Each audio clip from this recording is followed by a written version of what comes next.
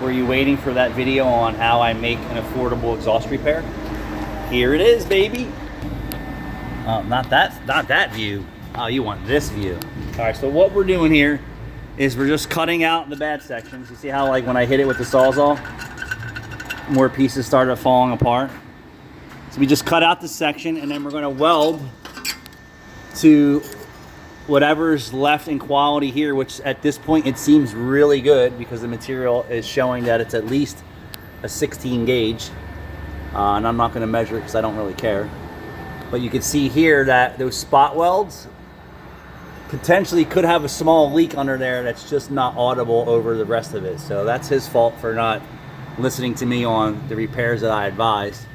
And I'm just going to do what I'm getting paid to do for this guy because that's all he wanted. Because in essence, this could be a waste because the new direct fit front pipe comes with a flex pipe. You can see that the nuts there really aren't much left to the nuts that hold the front pipe on at this point in time.